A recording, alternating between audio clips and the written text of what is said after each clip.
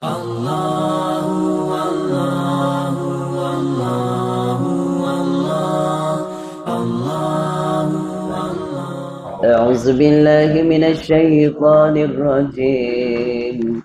Bismillahirrahmanirrahim. Alhamdulillahi rabbil alamin. Ar-Rahmanir Rahim. Maliki yaumiddin.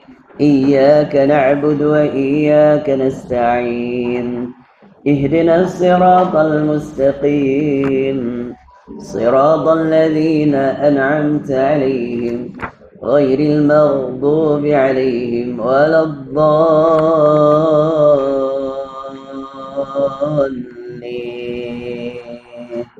رب اغفر لي ولوالدي. Assalamualaikum warahmatullahi ta'ala wabarakatuh. Alhamdulillahi rabbil alamin wa bihi nasta'in wa la hawla wa la quwwata illa billahil aliyyil azim. Allahumma salli wa sallim ala sayyidil mursalin wa ala alihi wa ashabihi ajma'in. Subhanaka la ilma lana illa ma 'allamtana innaka antal alimul hakim. وقال رب اشرح لي صدري ويسر لي امري واحلل عقدة من لساني يفقهوا قولي اما بعد. Hadirin yang dirahmati Allah, muka surah 10 ya, kita jari. Masih lagi dalam bab salati wa ma yata'allaqu biha. Baris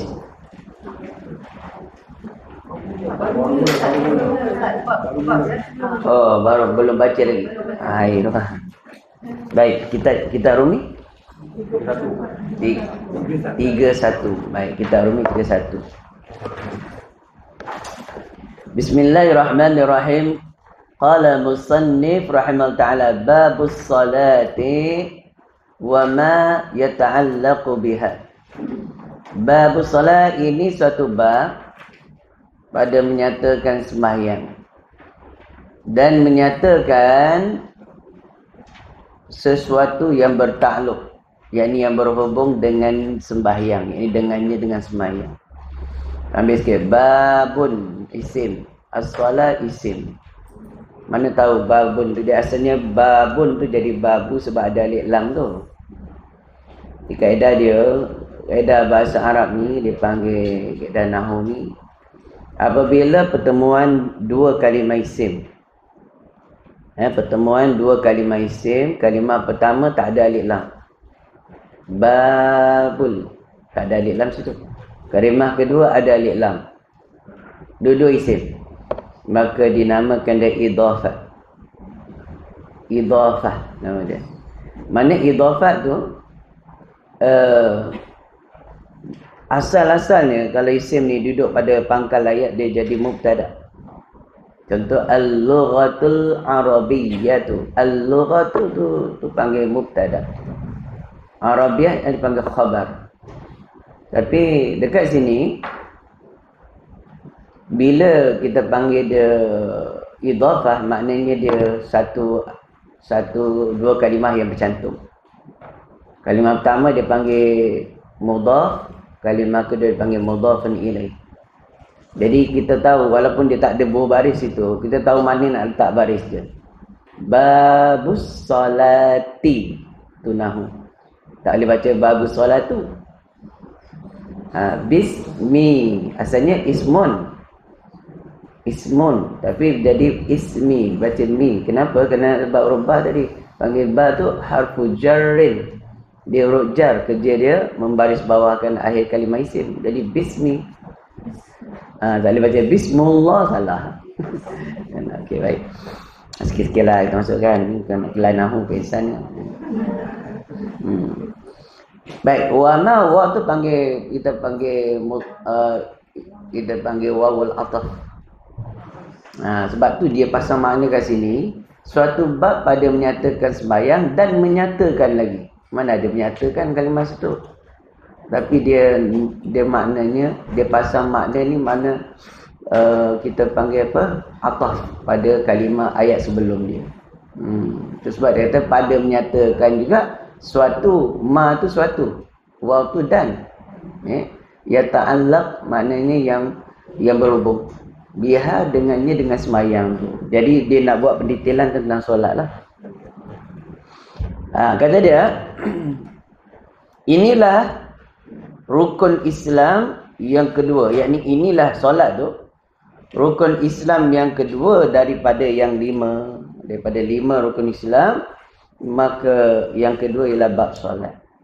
Dan bab solat ini kita panggil rukun ibadah. Dia bab ibadat kan, puasa, zakat, solat, apa lagi, umrah, haji. Ini kita panggil kita panggil bab dia ni, dia panggil rukun ibadah. Jadi fiqh ni ada 4 rukun, 4 bahagian.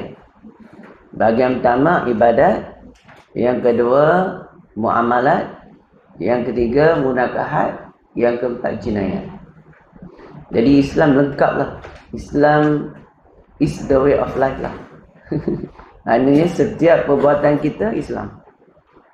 Cara kita berniaga semua kena Islam. Ini masalahnya manusia ni dia akan memusuhi akan barang yang dia tak tahu. Maksudnya apa? Ilmu akan dimusuhi oleh kejahilan. Oleh kerana seorang itu jahil tentang muamalat dalam Islam, maka dia akan menganggap itu sebagai musuh dan tak betul. Maksudnya dia anggap tak benar. Saya pernah berniaga menjual barang kepada seorang. Saya jual motor. Tapi dia tak boleh terima kaedah khiyar, yakni waranti dalam Islam. Dia tak boleh terima. Sebab pada anggapan dia, waranti dalam Islam mesti lebih daripada waranti yang ditawarkan oleh konvensional. Konvensional 1 tahun. Dia barang yang kita beli 1 hingga 2 tahun. Kadang-kadang Evan lagi, bayar dia something lagi, 5 tahun dia ajak. Beli TV, tambah lagi 300, dapat 5 tahun. Baik. Jadi dia anggap kenapa waranti dalam Islam tak sama dengan konvensional? Tak sama. Dalam Islam ni sebelum nak beli barang, kita kena check dulu.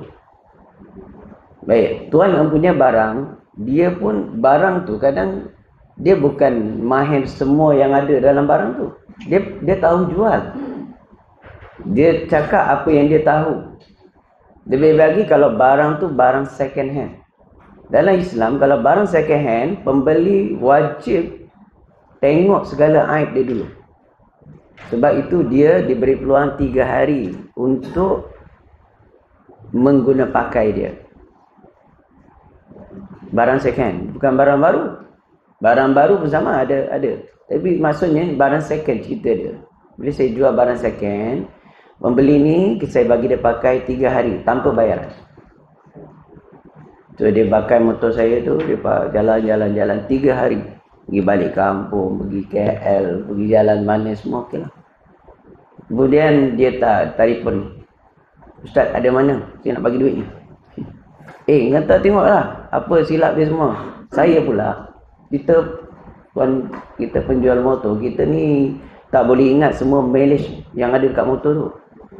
Sebab saya banyak motor, ada Panigale, ada Rabbit, ada, ya Allah, banyak.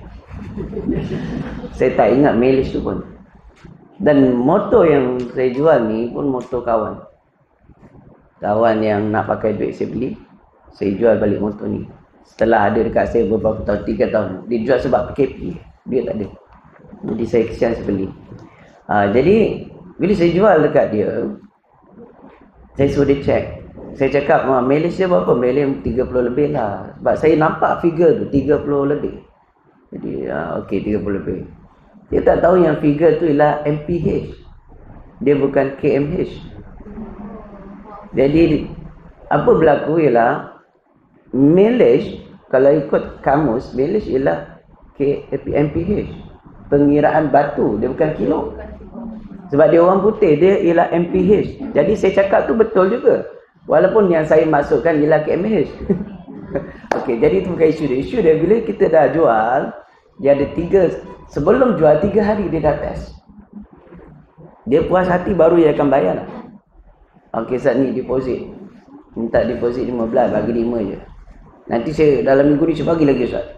Saya bagi cukup kali 15. Motor dia pegang. Tak apalah, kita pun nak kawan, nak pakai motor bagilah. And then dia bagi lagi 7k. Jadi 12k. Tak cukup lagi 15 deposit tu. Di pasal kawan tak apalah, pakailah. Lepas setelah sebulan dia pakai, dia baru bayar satu payment. Memang dia pas janji RM5,000 sebulan, motor besar, bukan tahu cik. Sebulan RM5,000. Sebab saya nak jual cash, bukan dia hutang.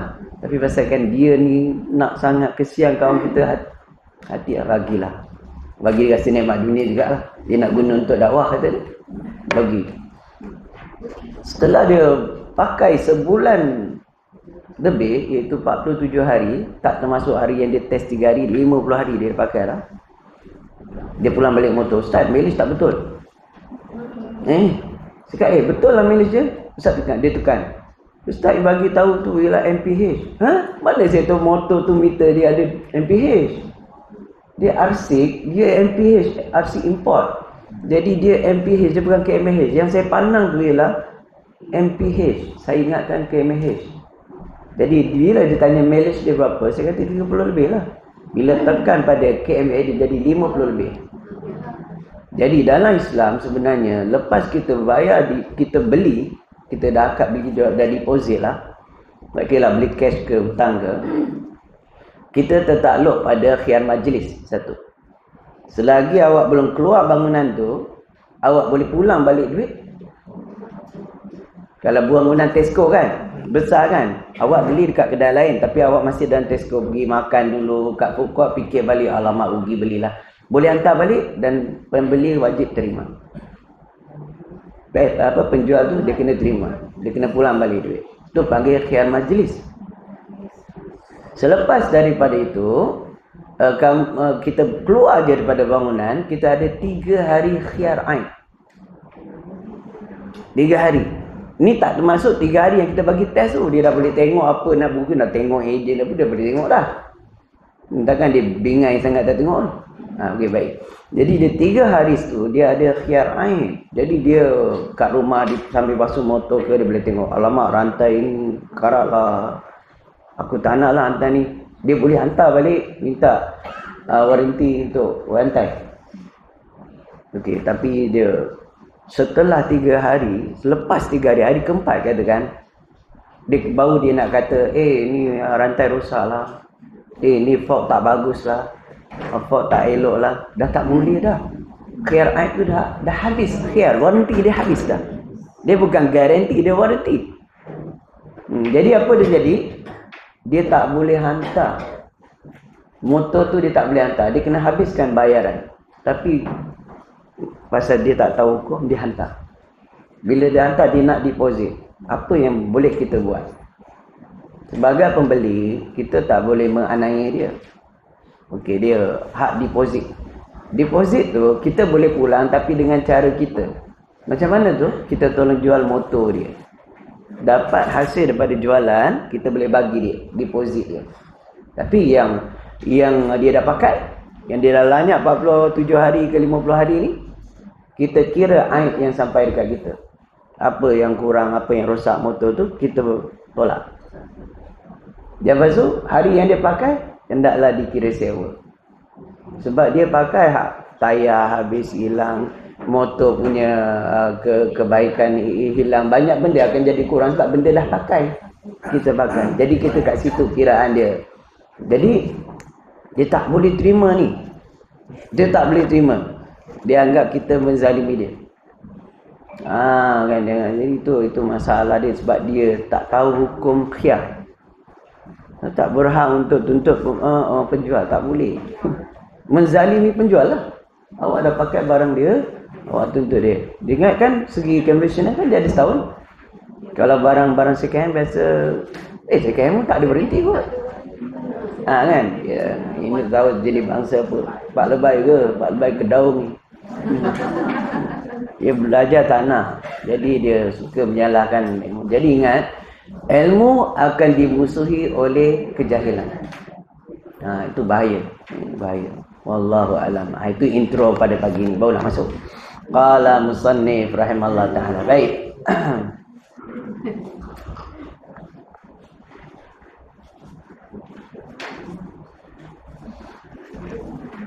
Adapun sembahyang itu dua perkara. Sembahyang tu ada dua perkara kata dia. Yang pertama, sembahyang daripada sudut lughah. Lughah yakni sudut bahasa. Sembahyang daripada sudut bahasa. Kena ingat dalam bab fiqh ni, dalam bab penetapan sesuatu ta'rif, satu perkara, satu hukum, dia mesti ada dua. Daripada sudut lughah atau sudut istilah. Jadi ramai orang tersilap dia berpegang pada sudut lughah, menyebabkan salah faham pada suatu ilmu. Contoh saya bagi tahu, kalimah Tuhan yakni ilah daripada sudut lughah lain, istilah lain. Ilah atau Rabb, daripada sudut lughah tiap-tiap barang yang disembah dinamakan Rabb. Jadi patung pun dinamakan Rabb. Duit pun dinamakan Rabb. Tiap-tiap barang yang disembah Tuhan dinamakan Tuhan. Itu daripada sudut lughah, bahasa, tak boleh pakai. Sebab itu ada ustaz dia mengajar, dia kata ilah tu universal. Maksud dia baru maksud Tuhan itu banyak. Bila dia cakap dia Tuhan tu banyak, daripada sudut i'tiqad batal iman. Sebab dia pegang daripada sudut lughatan. Lughah tu salah. Daripada sudut bahasa, percakapan, Tuhan, mana ni? Tuhan kayu, Tuhan batu, Tuhan langit, Tuhan bumi, Tuhan api. Dianggap sebagai Tuhan. Dinamakan Tuhan oleh daripada sudut percakapan orang jahil, orang kafir dan sebagainya. Tapi daripada sudut lughah, bila sebut ilah, bila sebut Rabb, la ma'budun illallah. Tidak ada Tuhan melainkan Allah. Tidak ada yang disembah melainkan Allah. Maksudnya apa? Wa ilahukum ilahun wahid. Tuhan bagi kamu semua. Kum kat sini bukan orang kafir, orang Islam je. Semua makhluk Allah. Kum, kamu semua. Baik orang tu orang Islam ke orang kafir, Tuhan bagi kamu semua ialah Allah. Itu daripada sudut istilahiyah. Jadi apa? Kena tahu. Jadi kalau sembahyang, ada orang cakap sebab dia tak tahu daripada sudut ta'rif, dia pegang pada sudut bahasa. Dia kata, jangan cakap sembahyang. Orang Islam tak boleh cakap sembahyang, dia cakap. Sebab sembahyang ni, tu yang sembah-sembah tu, kata dia. Ada orang cakap macam ni. Kita orang Islam kena sebut solat. Solat, bukan sembahyang. Astaghfirullahaladzim. Habis yang kita ni sebut sembahyang apa?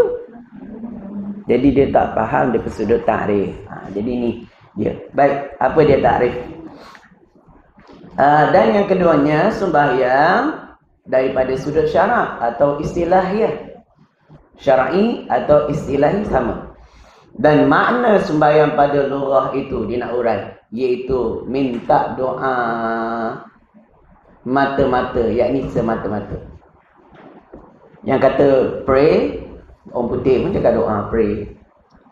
Pray pun doa, pray pun sembahyang, solat lah.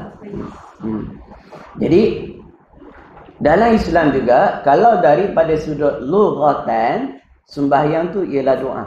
Ad-doa. Ini daripada sudut lughah. Sebahagian ulama berpegang dengan lughah ini juga. Walaupun hakikat dia yang muktamadnya berpegang pada istilahi. Apa dia istilahi itu? Dia kata doa minta hajat kebajikan. Inilah makna sembahyang pada sudut lughah.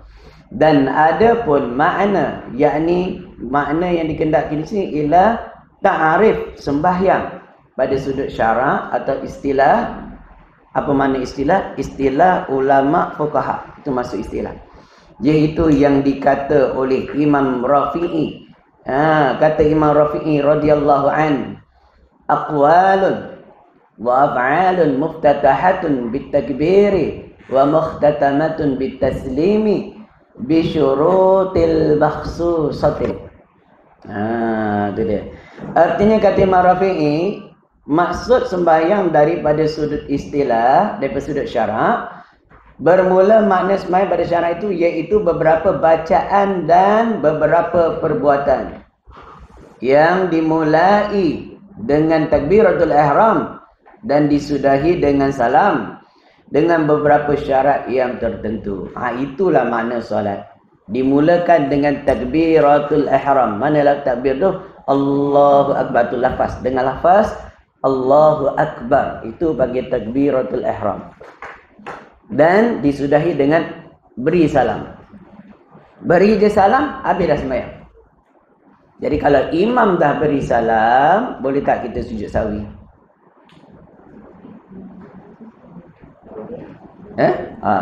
Imam tak buat sujud sahwi, kita buat sujud sahwi, boleh tak?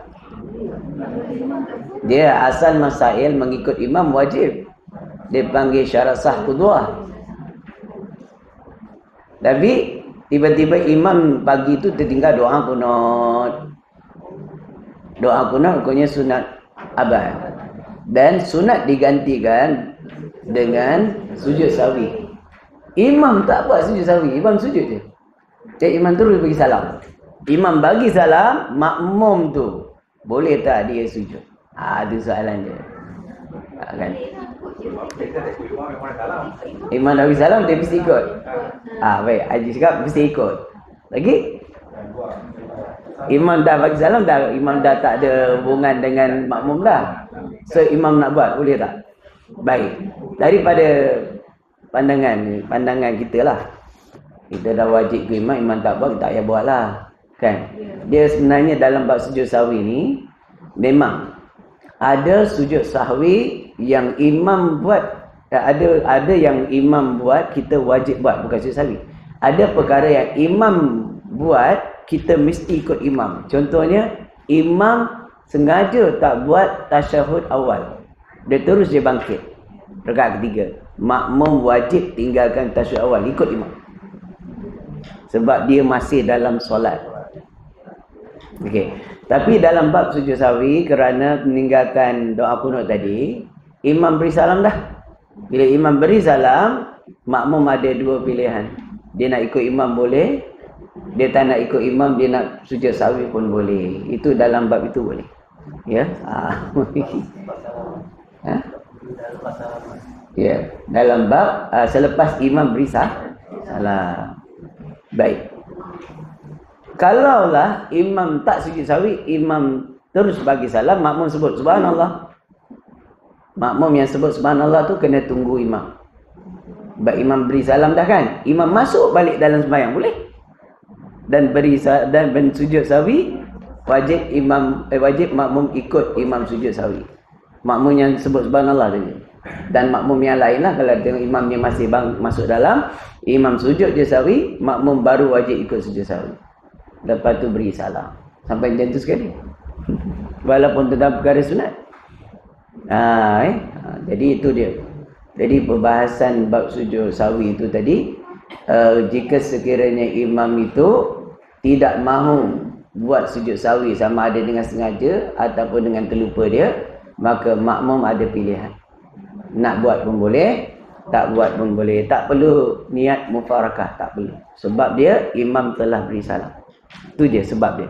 Kalau imam tak beri salam, maksud imam buat sujud sahwi, makmum tak tahu apa silap. Apa silapnya?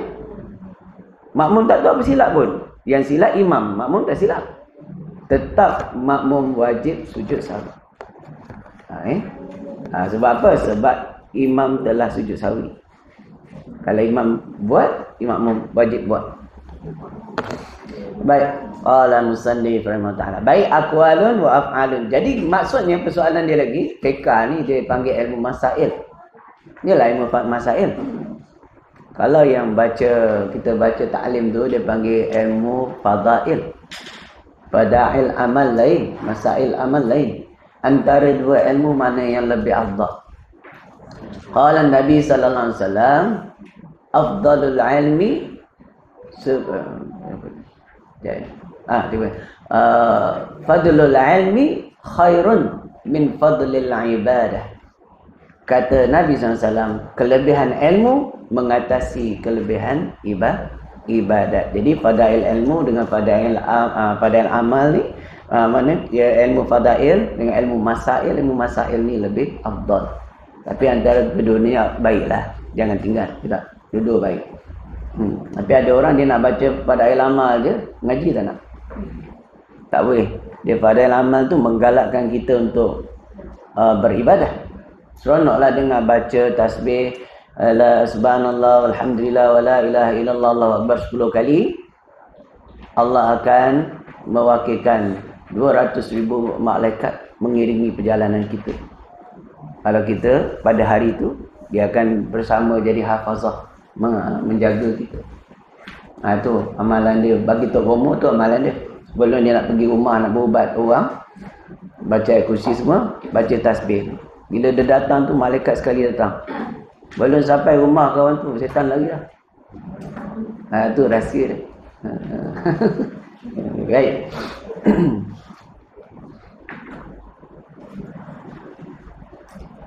Persoalan dia. Tadi nak tanya soalan. Satu orang, dia dah berdiri dekat imam, dia sembang. Dia duduk sebelah imam, dah duduk. Dia duduk baris belakang imam. Imam takbir, dia tak takbir lagi. Dia sembang sikit-sikit lah, bisik-bisik. Imam dah baca surah, baru dia tergigit nak takbir. Lepas dia takbir, dia tak sempat habis baca Fatihah. Baik, dia ni masbuk ke muafiq?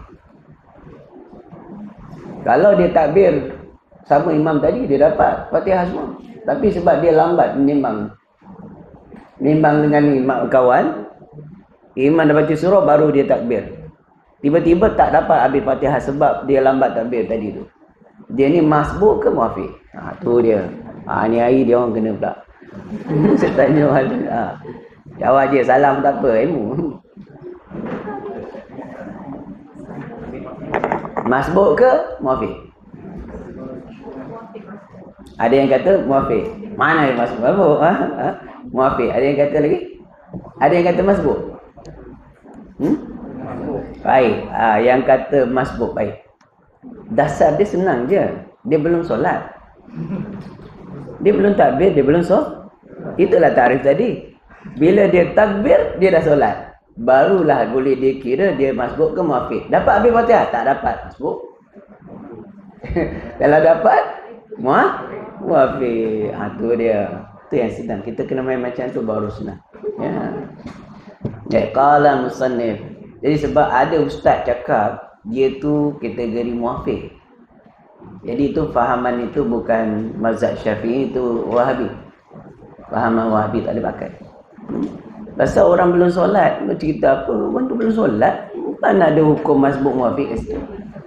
Lepas dia takbir baru tahu dia masbuk ke muafiq. Itu dasar dia. Itu pentingnya belajar tahrif. Ya. Qala musannif rahimallahu taala. Baik, lagi. Bermula syarat yang mewajibkan akan sembahyang itu iaitu 3 perkara. Yang mewajibkan seseorang itu mendirikan solat, 3 perkara. Yang pertama, Islam dia. Pasal kau Islam, wajib solat. Kalau kafir, tak wajib solat. Dan yang kedua, baligh, sampai umur. Orang perempuan datang haid, kira telah pun berbaligh. Orang lelaki mimpi balik. Paling maksimum 15 tahun tak mimpi atau tak datang darah haid, tetap dikira baligh. 15 tahun qamariyah, bukan syamsiah. Perkiraan bulan Islam. Sebab bulan Islam ni dia 30 hari genap. 30 hari, kadang-kadang jadi 29. Tapi kalau syamsiah ni Masihi dia ada 31 hari, kadang-kadang tepat 28 hari. Jadi itu kadang kita ni lebih sikit. Sekarang kata umur kita sekarang 46 kan, boleh jadi dah 47. Betul? Tengok baliklah pusingan tu. Baik, yang ketiga, berakal. Ni selagi dia punya akal, selagi tu wajib solat. Kalau akalnya tak ada, tak wajib solat. Kalau dulu dia ada akal, tiba-tiba tak ada akal, masa dia tak ada akal, tak wajib solat. Jadi kiaskanlah satu orang, dia sampai satu tahap tak ada dah daya pemikiran, nyanyuknya, maka dia tidak wajib solat. Tapi kalau dia nak solat, ajarkan dia. Tu aja. Sebab nyanyuk tu ialah tak ada akal, hilang daya pemikiran. Tapi nyanyuk banyak kategori. Ada nyanyuk kejap ingat, kejap tak ingat. Masa dia ingat, wajib solat. Baik. Sama juga dengan hilang akal sebab gila.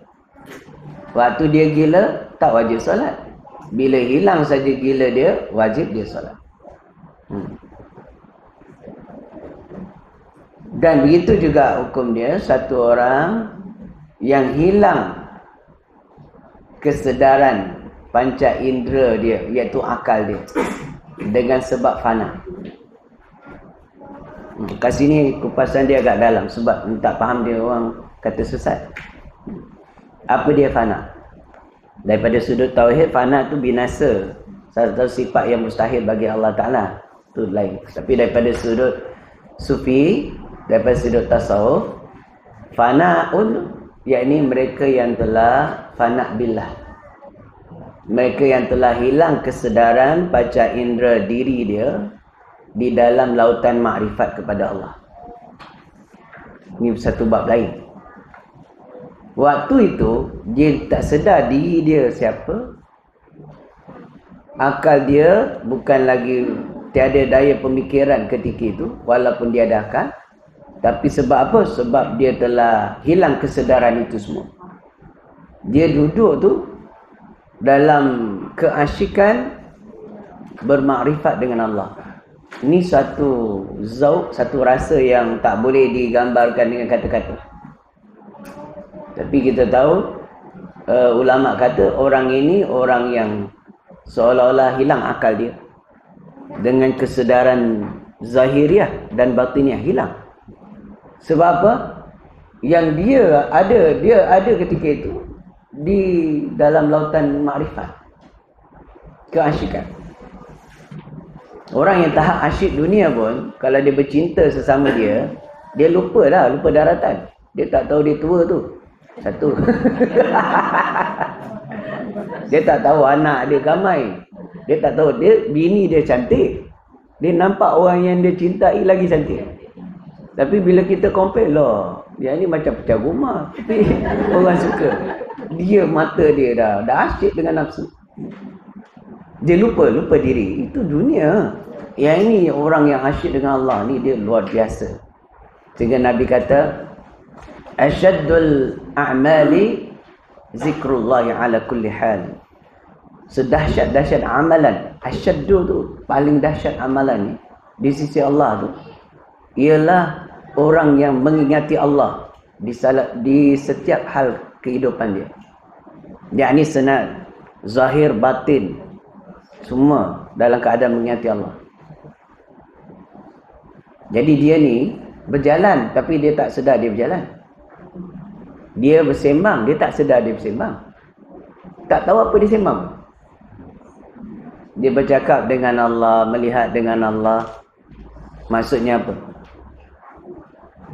Dia tu satu keadaan yang begitulah. Yang sering terjadi pada wali-wali Allah, orang-orang yang syakin billah. Contohnya Syekh Abdul Qadir Jailani. Satu ketika waktu dia sedang mabuk dengan Allah Ta'ala, yang dia sedang asyik dengan Allah, dia berjalan daripada Iraq sampai ke Mesir. Dia sedar-sedar dia dekat Mesir.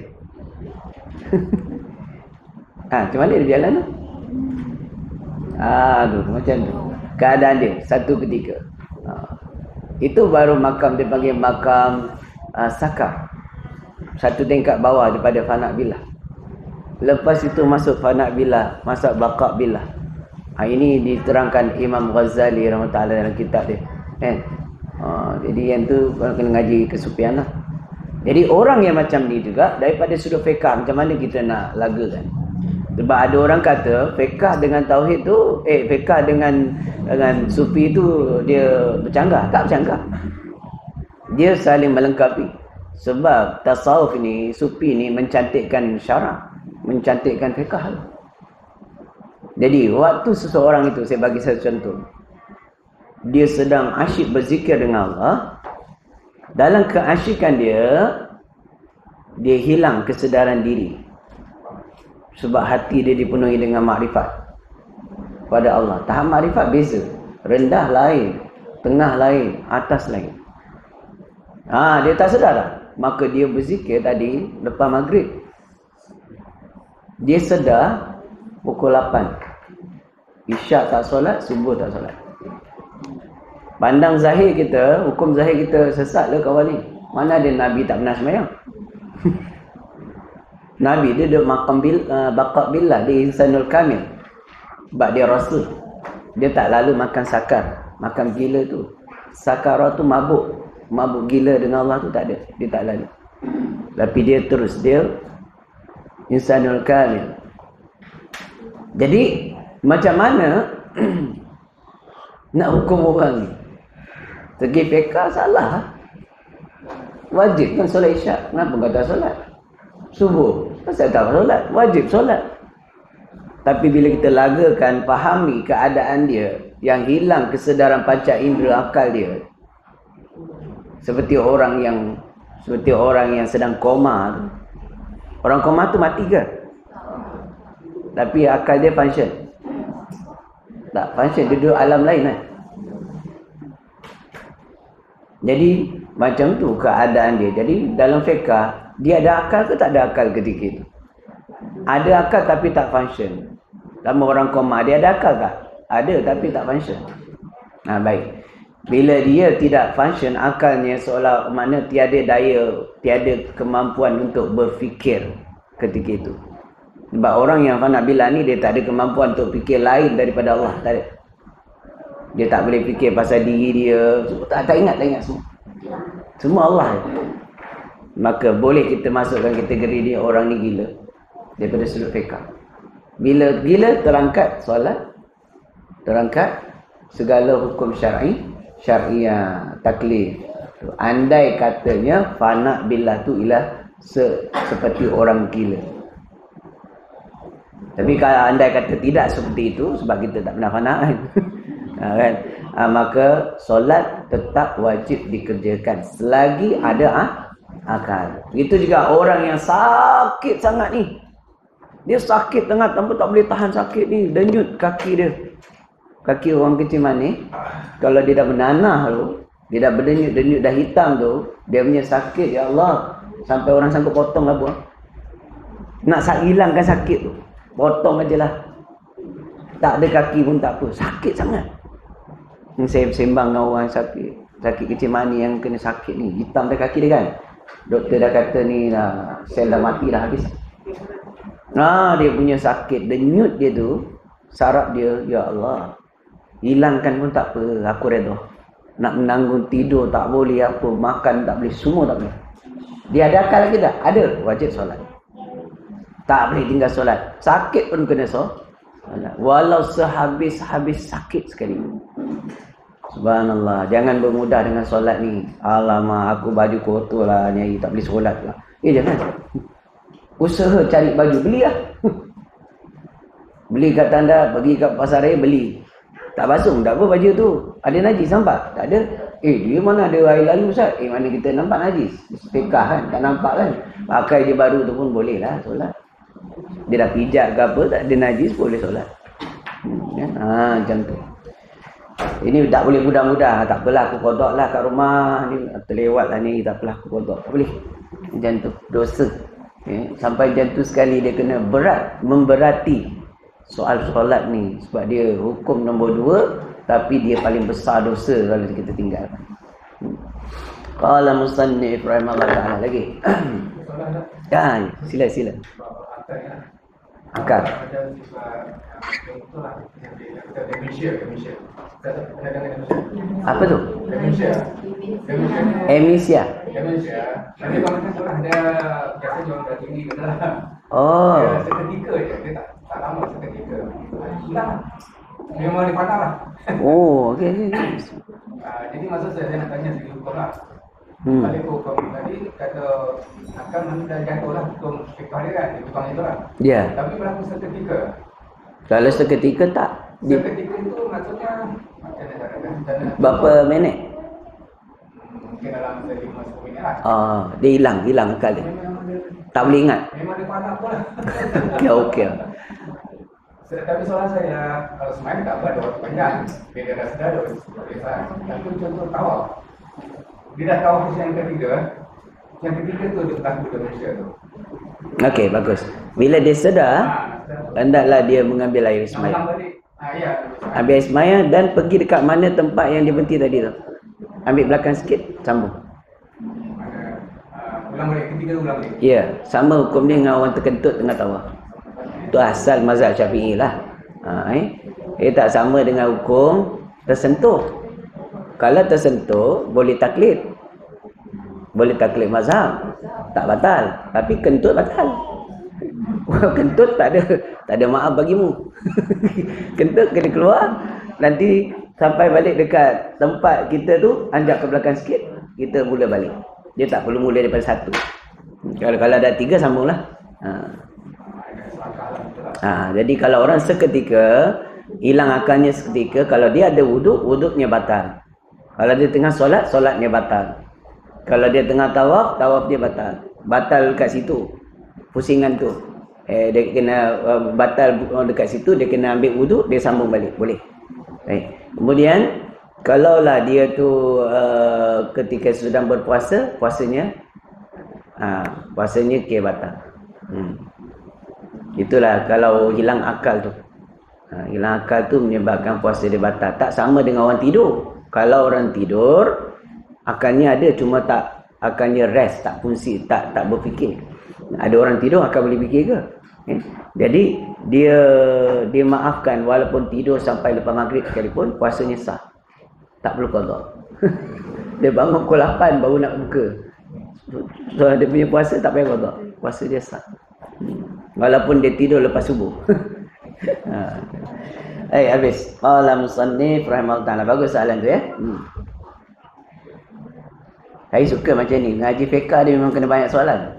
Ya, dekat situ kita lebih mantap kita punya kefahaman daripada baca straight. Tapi kalau ikut adab pengajian pondok, habis baru boleh tanya. Itu pun kata buka soalan. Tapi sini saya moden. Saya suka. Saya suka boleh. Bila kita boleh sebab saya ni suka orang tanya soalan. Jadi bila ada soalan yang saya tak boleh jawab, saya boleh rujuk kitab balik. Tidak, saya malas buka kitab. Kitab banyak macam perpustakaan tapi malas buka. Ini boleh buka kan. Baik, qala musannif rahimahullah ta'ala. Baik. Dah sampai bab berakal tadi. Jadi jangan mudah-mudah menghukumkan orang itu sesat, padahal daripada sudut fiqhnya ada jalan lepas. Adapun hakikat sembahyang itu 4 perkara. Yang pertama, masuk serta berilmu. Masuk sembahyang tu mesti ada ilmu, yakni mengetahui yang disembah. Pertama kena tahu apa yang kita sembah. Jadi nak tahu apa yang kita sembah, kena belajar ilmu tauhid, usuluddin. Tak ada ilmu usuluddin, tak kenal Allah. Bila tak kenal Allah, kat situ je segala amal ibadah mardud, tak diterima. Syarat bagi amal kita nak diterima Allah, nak kabul syarat kita, ibadat kita, semua ibadat, ialah kenal Allah tu. Jadi sebab tu orang kafir solatnya tak wajib solat, tak wajib puasa, sebab semua tak ada manfaat, tak diterima. Maksudnya bukan tak ada manfaat, tak diterima daripada sudut syarat ni. Jadi syarat di Islam, Lagi syarat bagi untuk penerimaan segala amal ibadat kita, puasa kita, zakat kita, sedekah kita, ialah tauhid kepada Allah. Penting tu. Belajar sungguh-sungguh bab tauhid ni. Qala musannif rahimallahu taala. Baik. Dan lagi mengetahui syaratnya, yakni syarat sah, syarat wajib semayang dan syarat sah semayang. Wajib tahu tu. Dan rukunnya, rukun sembahyang. Dan yang membatalkan dia, perkara yang membatalkan sembahyang pun wajib tahu. Dia bukan sunat tahu tu, wajib tahu. Kalau tak tahu, berdosa. Boleh jadi kita buat perkara yang membatalkan sembahyang, kita tak perasan. Ya. Jadi mengetahui perkara yang membatalkan sembahyang tu apa dia. Berapakah perkara yang membatalkan sembahyang? Ada berapa? Alamak. Kalau rukun biasa kita nak ingat, yang membatal ni payah nak ingat. Ada 9. Setengah kitab sebut 9. Okey, baik. Baru kita boleh urai satu-satu. Ataupun kadang kita tahu benda tu bila orang ingatkan. Kita tahulah. Kita sebut okey, bergerak 3 kali berturut-turut. Dia tadi nak sebut tak tahu, tapi bila orang cakap, ya tu. Maksudnya lepas satu fardu ain dia. Tu dia panggil ijma'. So sekurang-kurangnya dia tahu itu. Bukan mesti dia nak ingat lain. Dia benda tu dia tahu, tapi dia tak boleh nak ingat satu-satu, satu bab. Tapi bila orang sebut, dia tahu itu. Itu lepas tahap fardu ain dia. Masuk serta lagi kata, dan yang kedua, berdiri serta ta'zim, yakni membesarkan akan Allah Ta'ala. Membesarkan akan suruhan Allah Ta'ala. Suruhan ibadat solat tu. Besarkan, satu, membesarkan Allah. Yakni hadirkan dalam hati kehebatan Allah, keagungan Allah, satu. Yang kedua, membesarkan ibadat solat tu sendiri. Ibadat solat ini, ibadat yang paling agung. Hendaklah kita ni masuk dalam solat ni, mendirikan solat dalam keadaan kita ta'zimkan dia. Jadi macam mana orang yang mentakzimkan hal solat ni? Pakaian dia cantik, kemas, jaga tempat dia nak solat, dia jaga bagaimana keadaan dia nak solat, dia bagi fokus. Bukan ala kadar je, sambil-sambil berlari pergi kat saf takbir Allah. Itu tak membesarkan. Macam tu. Lagi dan yang ketiganya, membayarkan serta malu kepada Allah Ta'ala. Membayar. Betul bayar? Membayar serta malu kepada Allah Ta'ala. Membayar tu makna menunaikan dalam keadaan malu kepada Allah. Bahasa kita. Menunaikan solat itu hal keadaan malu di hadapan Allah. Pasal apa? Allah Ta'ala ni, dia maha mengetahui zahir batin. Innallaha alim bima fis sudur. Allah tahu apa yang dalam hati kita. Allah tahu apa yang kita sembunyikan, apa yang kita buat tadi. Nak menghadap Allah. Baik, andai kata kita ni tahu satu orang wali Allah ni pandangan dia tembus. Dia kalau pandang kita, kita tahu dia mesti nampak apa benda kita buat sebelum ni, apa dosa kita. Apa yang akan jadi pada kita? Kita rasa malu betul nak jumpa menghadap dia. Maka hendaklah kita lebih malu di hadapan Allah. Kita nak menghadap Allah ni, ya Allah, apa akan kita buat? Kita akan datang awal ke masjid, kita istighfar, taubat dulu. Tenangkan hati dulu, taubat dulu. Ya Allah, aku ni banyak dosa tadi, terkasar dengan suami. Dosa besar tu. Minta maaf dulu, cepat. Minta ampun dengan suami dulu, minta maaf dengan suami, minta ampun dengan Allah dah. Sebab kita tahu kita nak menghadap Allah lepas ni. Mana ada kita buat macam tu. Tadi pagi tadi kita tempik dia satu kali. Abang, benda dekat angkat dia sendiri. Kadang-kadang meluat juga kan. Benda dekat yang suruh kita buat. Angin juga kan. Angkat sebelah abang je, remote tu angkat tu. Dia terasa hati, tak tahu ni. Dia kata kejap lagi nak zuhur kan. Cepat-cepat. Sebab minta maaf ni tadi. Alah, payah sangat orang lelaki peluk dia settle. Kan? Peluk dia settle. Jadi Pasal apa ni nak menghadap Allah? Kita kena malu lah. Macam tu kita kena buat hari-hari sebenarnya. Kita masuk je solat, kita takut, ya Allah, aku banyak dosa ni. Kita akan datang awal, kita akan baca Quran ke, cari jalan untuk bersihkan hati dulu. Dia panggil tawajuh tu. Itulah tawajuh. Nak menghadap Allah kan? Tu dia. Baru kita berdiri dekat saf tu. Buat orang-orang soleh, dia berdiri dekat saf tu menggeletar hati dia, tubuh badan dia kerana takutkan Allah tu. Malu pun dia, takut pun dia. Dia bila dia takbir Allah, takbir tu betul-betul asyik dia takbir. Baru nak dapat khusyuk kita. Nak dapat rasa lazat solat tu, dia kena daripada awal macam tu lah. Cuba amal. Zahir kita kasih clear. Pakaian solat kita khaskan. Kan? Pakaian bersih. Kemudian sebelum masuk tu kita awal sikit, kenapa ni? Sebab aku malu menghadap Allah ni, masuk dia takbir tu, menghadap Allah dah. Takbir tu dia panggil tasliman. Angkat takbir tu Allah tu dipanggil tasliman. Syedaq kata tu. Syedaq Fatani kata ada 7 kan. Dia ada tazallulan, takhasyu'an, tamalluqan, tasliman, takhaddu'an. Ada berapa 7 perkara tu. Yang antara 7 tu ialah tasliman. Tasliman tu ialah masa takbir tu. Allah, itu tasliman. Kalau duduk tasyahud akhir tu dia panggil rupa kehambaan, tazallulan. Waktu kita takbir, waktu itu tasyahud akhir tu tazallul, rupa kehambaan. Jadi takbir tu kita dah hilangkan semua masalah dunia ni, tak fikir dah. Sebab nak menyerah pada Allah tu panggil taslim. Menyerah diri kepada Allah tu, menyerah diri kita, apa yang kita ada ketika itu, saat itu. Mengakui kita ni hamba yang lemah, yang banyak dosa, banyak maksiat kita buat tu. Itu dia. Dan kita bila kita dah takbir tu, kita dah serah diri kepada Allah dah, kita dah tak ingat benda lain dah. Tak ingat baju, tak ingat suami, semua tak ingat dah. Ingat Allah je. Masya-Allah dia kena buat sampai macam tu lah. Qala musannif rahimahullah ta'ala lagi. Dan yang keempatnya, keluar serta takut kepada Allah Ta'ala.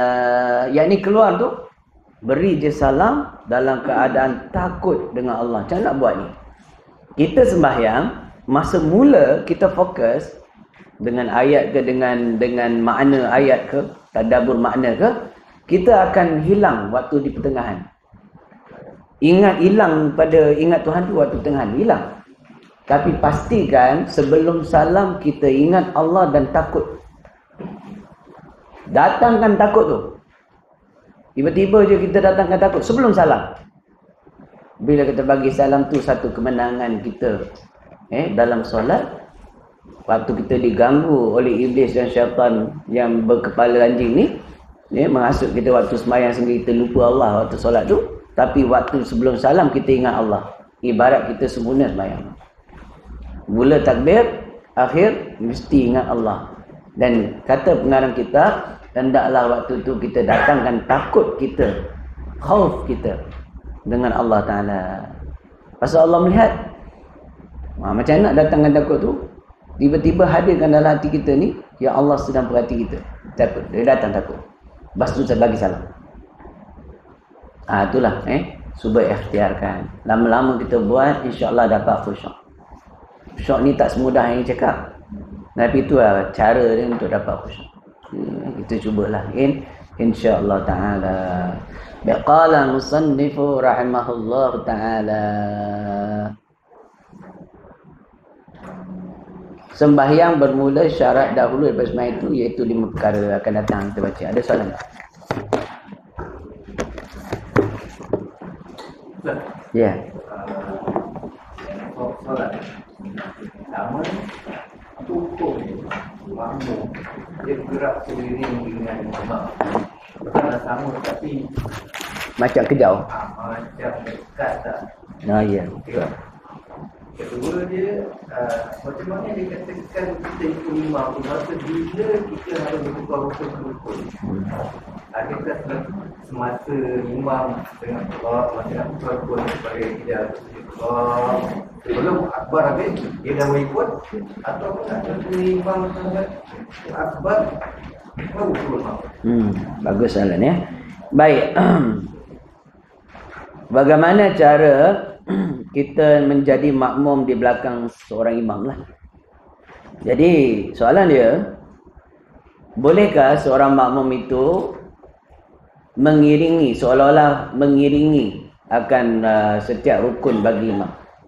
Maksudnya taklah sebentar, tapi cepat.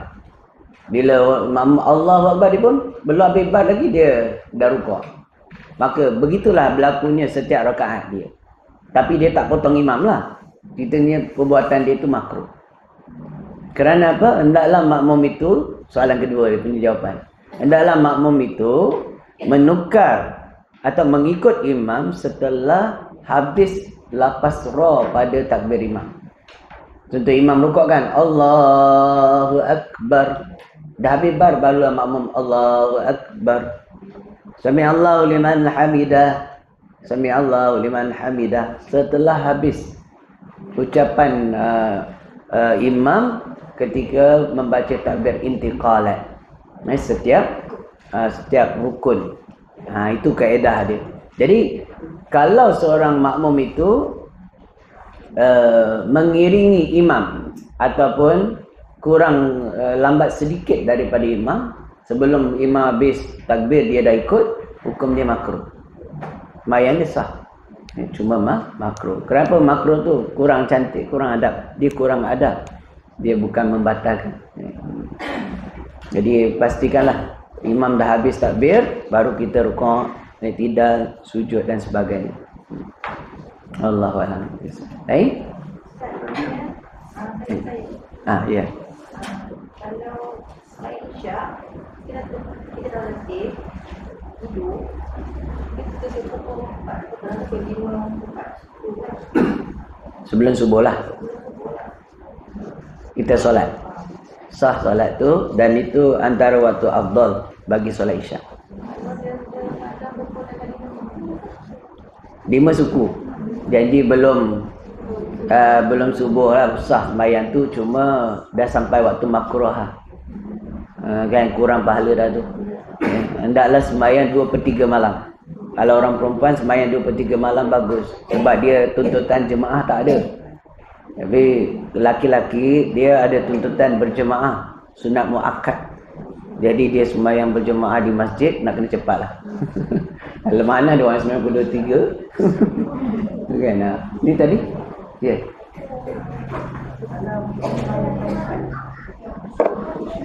Kalau kita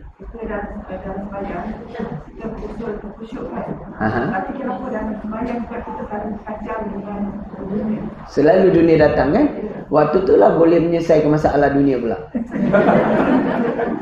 Masa tadi sebelum sembahyang cari kunci tak jumpa. Cari mana kunci aku letak ni cari tak jumpa. Dah zuhur sembahyang dulu lah. Takbir dia Allahu Akbar, sekejap je lepas tu. Dekat situ Setan. Gangguan syaitan. Itulah cara halus syaitan ganggu kita. Kita sebenarnya solat bukan untuk ingat dunia. Lupakan dunia. Semata-mata Allah je. Tapi dalam hal ni setan memang selalu kacau. Sebab tu kita mudah fikir dunia ketika solat. Kena buang. Agar masuk di dunia ingat Allah. Lawan sampai kita berjaya. Itulah dapat berjaya tu dia lazat lah. Wallahu a'lam. Ya. Dia Muafiq. Dia rakaat kedua, dia tak dapat imam dah rukuk. Dia tak boleh baca lagi, imam dah habis tidak. Kemudian dia tak dapat rukuk tu, apa kali dia masuk ke pun. Okey. Bagus. Rakaat kedua, imam dah rukuk, dia masih lagi baca Fatihah. Sebab apa dia masih lagi baca Fatihah tu? Sebab dia bangkit lambat kot. Ataupun dia bangkit sama dengan imam bangkit. Dia cuma tak sempat habis Fatihah disebabkan dia baca lambat. Baru boleh jadinya tu betul? Ataupun disebabkan imam baca laju sangat. Baik. Dia bangkit, imam bangkit rakaat kedua. Dia pun bangkitlah, Allahu Akbar. Dia baca Fatihah, imam rukuk. Kenapa imam boleh rukuk tu? Satu sebab dia baca lambat kot. Cara dia baca bukan cara sederhana, cara yang dia biasa nak baca lah. Baik. Maknanya dia ni dapat kadar masa. Nak habiskan Fatihah tu dia dapat kalau dia baca laju sikit ataupun baca cara sederhana. Tapi dia tak dapat sebab dia baca cara dia. Jadi imam rukuk, maka dia ni adalah makmum yang muafiq. Hendaklah dia habiskan Fatihah tu wajib, dan dia dimaafkan sehingga 3 rukun yang panjang.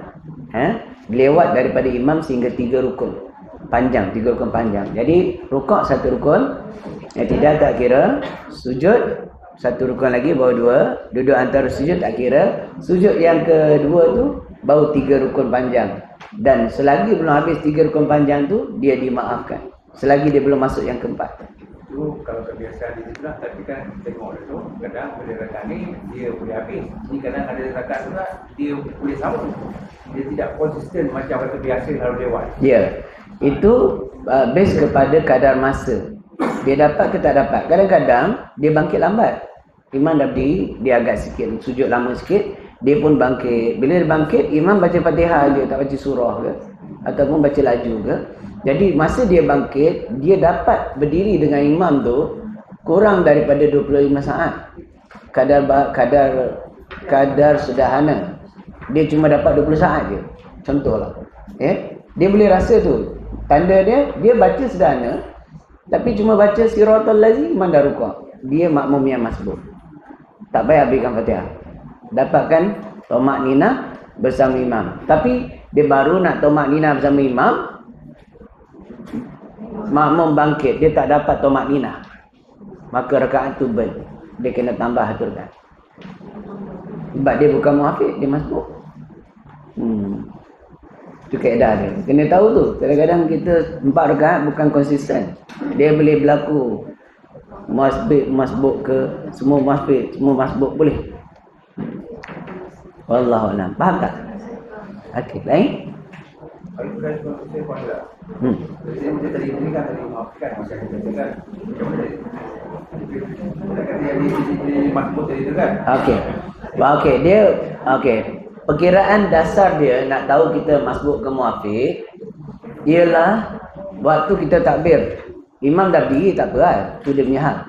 Kita takbir Allahu Akbar, takbir intiqalat tu, kita mula baca Fatihah. Bila kita baca Fatihah, tak sempat habis. Tu nak kena tahu, tak sempat habis tu sebab apa? Cara kita baca lambat ke?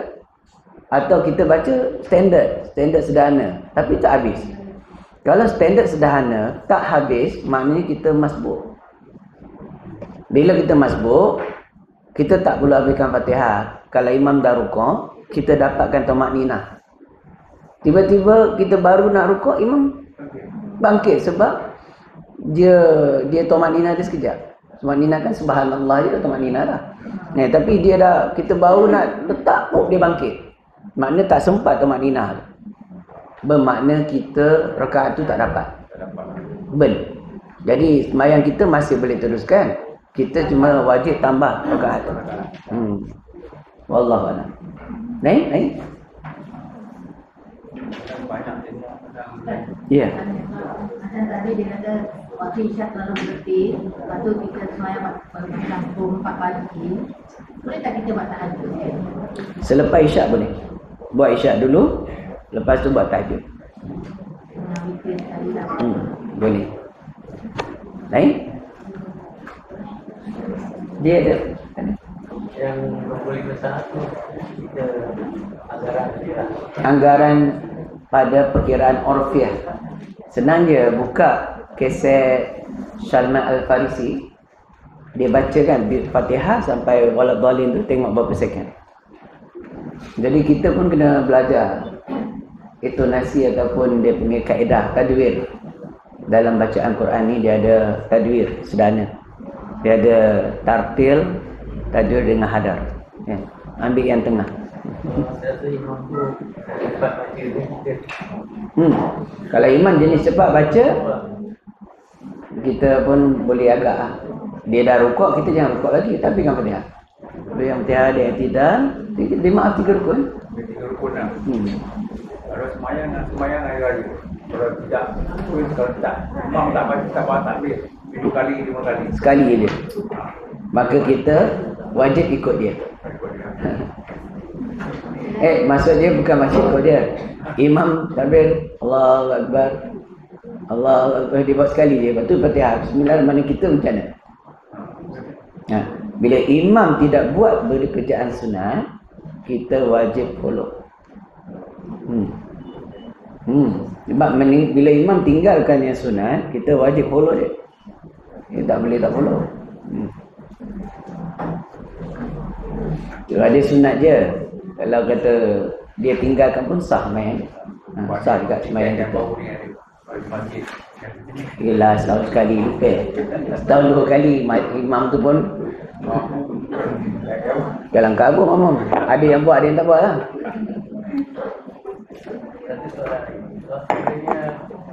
Dalam solat kita banyak makro lah. Boleh membatalkan. Macam tadi dia kata kan, yang gerakan lebih jelas, sentiasa makro dia. Tidak membatalkan.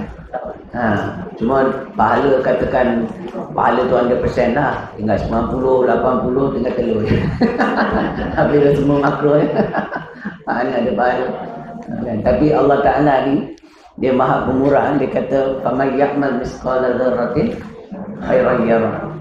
Walaupun sedikit kan, Allah akan balas. Walaupun sekecil-kecil, Allah akan balas. Akan bagi pahala lah. Itu terpulanglah pada Allah Ta'ala. Dia pemurah dia kan.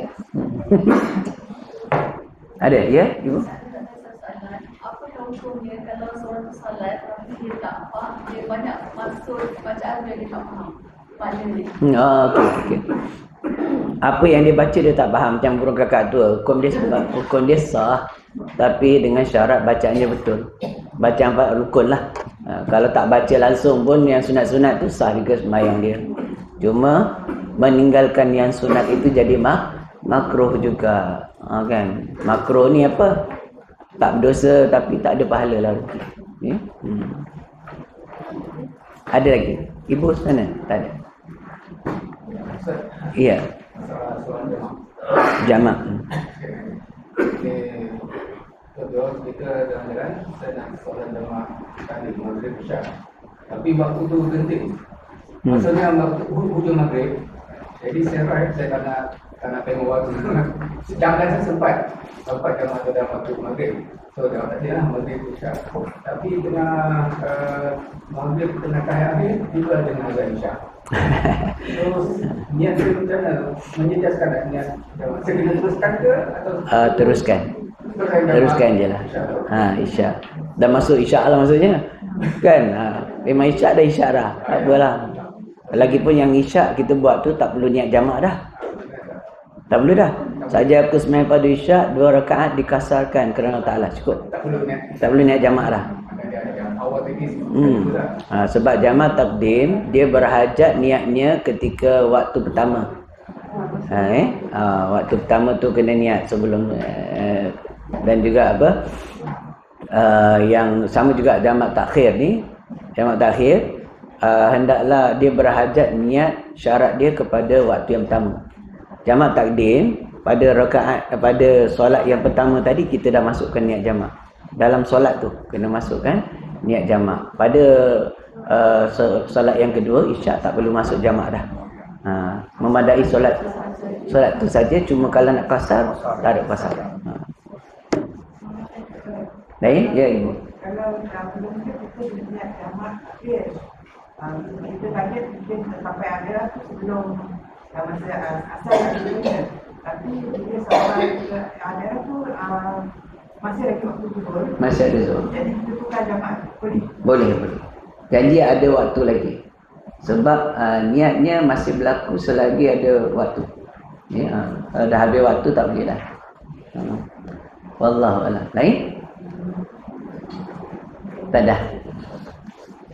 Wallahu a'lam bishawab. Allahumma nawwir qulubana bil hidayah kama nawwarta syamsika abadan bi rahmatika ya arhamar rahimin. Walhamdulillahirabbil alamin. Kalau Allah